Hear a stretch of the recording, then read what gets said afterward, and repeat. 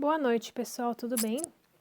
Hoje a gente vai falar um pouco sobre o histórico da radiologia. Temos essa aula e mais uma, mostrando um pouquinho sobre o histórico da radiologia.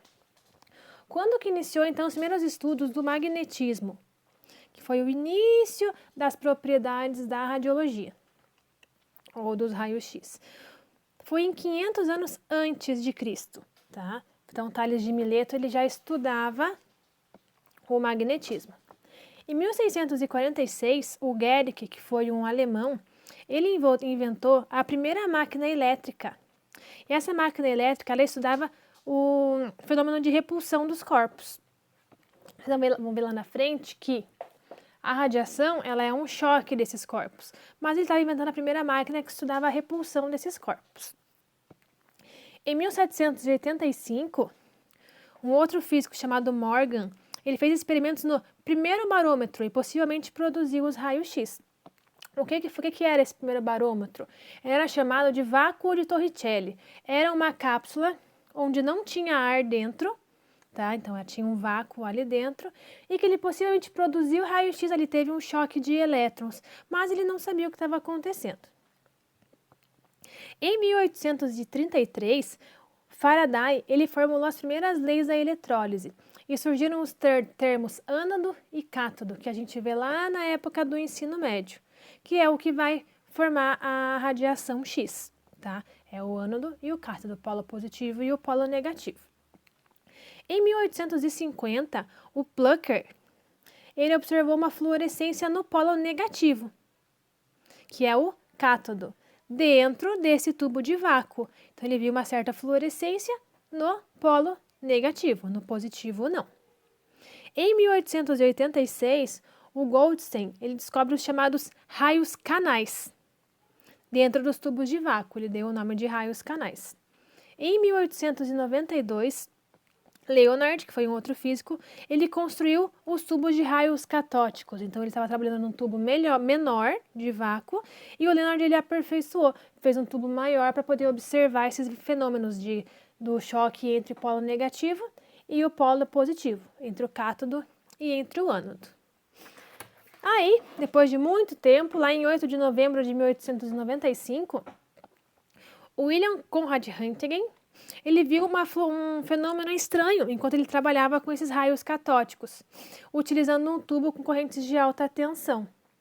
Como que ele fez isso? Ele estava trabalhando no laboratório, ele envolveu esse tubo em um papel preto. E aí ele observou uma fluorescência na parede. Aí dentro daquele tubo saiu uma certa fluorescência. Quando ele colocou a mão em frente a essa fluorescência, ele viu na parede uma imagem da mão dele. Não com a mesma qualidade de uma radiografia hoje, mas ele colocou a mão dele em frente a esse tubo e, consequentemente, ele viu a mão dele sendo projetada na parede. Como ele não sabia o que era aquilo, da onde surgiu, qual que era a função, ele denominou de raios-x, porque ele realmente não sabia. Ele não estava pesquisando alguma maneira de fazer exames de tecidos duros, por exemplo. Não, ele não era um cientista médico, ele era um físico, que ele achou esse raio e não sabia para que servia, e chamou de raios-x. Então, olha ali na imagem, ele jogou a mão dele nessa fluorescência e viu a mão dele estampada na parede. Quando ele começou a perceber isso, ele pegou um filme fotográfico e começou a testar se ele conseguia fazer a impressão da mão dele no filme fotográfico. Tanto que o processo de revelação, até hoje, do filme radiográfico, ele é muito parecido com o processo de revelação de fotografias antigas. É a mesma sequência. O Röntgen, ele descobriu algumas propriedades dos raios-x, que a gente vai ver lá na frente, e que permanecem até hoje. Então, a radiação, ela evoluiu muito. Hoje a gente tem muito mais qualidade, uma quantia muito menor e causa bem menos danos. Mas as propriedades dela são as mesmas. Ali em 22 de dezembro de 95, ele fez a primeira radiografia que ele mostrou para o mundo inteiro, que foi a mão da sua esposa, a Anna Röntgen. Conseguem ver ali na imagem a mão dela? E nessa imagem ficou a marca da aliança. Nessa época quando ele lançou, né, os raios-x e colocou a foto da mão da esposa dele, as mulheres que eram ricas, elas começaram a fazer a radiografia da sua mão depois que elas casavam, para enviar para os parentes mais distantes para mostrar que elas estavam casadas.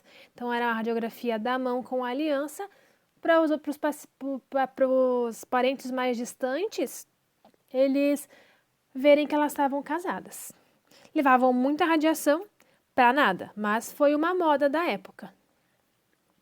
Em 28/12, então, o Röntgen ele comunicou à Sociedade de Física sobre a descoberta de um novo tipo de raio. Não sabia exatamente o que era, tinha um novo raio. E em janeiro do outro ano, anunciou para o mundo inteiro sobre a descoberta dos raios X. Teve um tempo em que os raios X se chamaram raios Röntgen, porém o Röntgen ele era contra o uso de patentes, de dizer que ia ser o nome dele. Como ele era contra, ele manteve raios X. Röntgen, ele nasceu em Lennep, tá? em março de 1845 e faleceu em Munique em 10 de fevereiro de 1923. Surgiu nele um tumor no duodeno, que não conseguiu tratar. Possivelmente esse tumor surgiu devido à grande quantidade de radiação recebida. Vocês vão ver que muitos físicos, depois do Röntgen, eles tiveram problemas graves de saúde, porque eles não sabiam dos perigos da radiação, eles estavam ainda estudando. Então, o Röntgen possivelmente, como levou muita radiação a vida inteira, teve esse tumor no duodeno e acabou falecendo até que jovem. Tranquilo? No outro vídeo, a gente vai começar a falar dos outros físicos. Se tiverem alguma dúvida ali, me manda.